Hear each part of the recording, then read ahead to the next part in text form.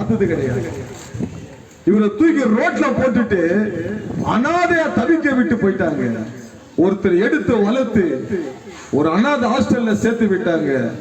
இன்னமும் அரசாங்கத்திற்கு இவர் ஒரு அனாதன்னு கணக்கு கொடுக்கணும். இதுதான் இவருடைய வாழ்க்கை. அப்பா அம்மா இல்லாத பிள்ளைய, அப்பா அம்மா இருக்கிற பிள்ளைய ஒழுங்கா வளர்க்க முடியாது இந்த நாட்கள்ல.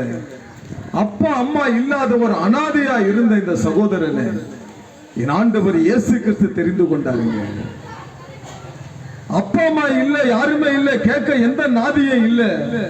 தான் இஷ்டத்துக்கு வாழ்ந்தார்.